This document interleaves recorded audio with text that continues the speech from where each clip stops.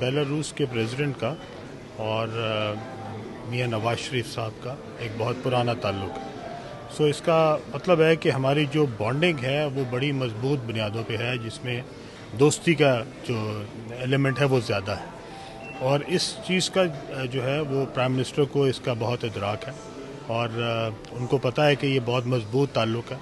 और prime minister साहब के पास भी जब पिछली दफ़ा बेलारूस के प्रेसिडेंट तशरीफ़ लाए थे तो उस वक्त भी जो गर्मजोशी थी वो बहुत ज़्यादा थी। सो एक पर्सनल टच है।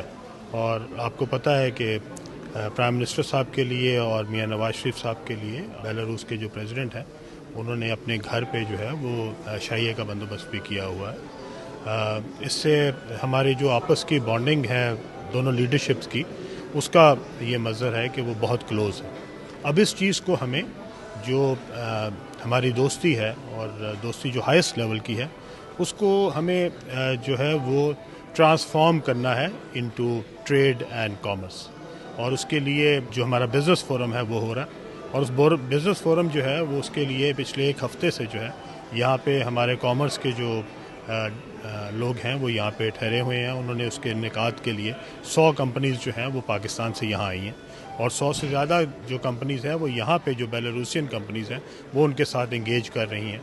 तो एक बहुत अच्छे पैमाने पे, बहुत बड़े लेवल पे जो है वो बिज़नेस टू बिज़नेस जो है वो कनेक्टिविटी हो रही है। इसी तरह हमारे पास बहुत सारे अपॉर्चुनिटीज़ हैं कि हम इसको गवर्नमेंट टू बिज़नेस लेवल पे, गवर्नमेंट टू गवर्नमेंट लेवल पे, बिज़नेस टू बिज़नेस लेवल पे अपना जो हमारी कनेक्टिविटी है उसको बढ़ाएं। आपको पता होगा कि यहाँ पे भी हमारी डायरेक्ट कोई फ़्लाइट नहीं आती, लेकिन हमें कोशिश ये करनी चाहिए कि हम अपने जो बिज़नेस कम्युनिटी है, हमारे जो लोग मुख्तलिफ़ किस्म की इंपोर्ट और एक्सपोर्ट में इन्वॉल्व हैं, उनको यहाँ के लोगों के साथ कनेक्ट करें।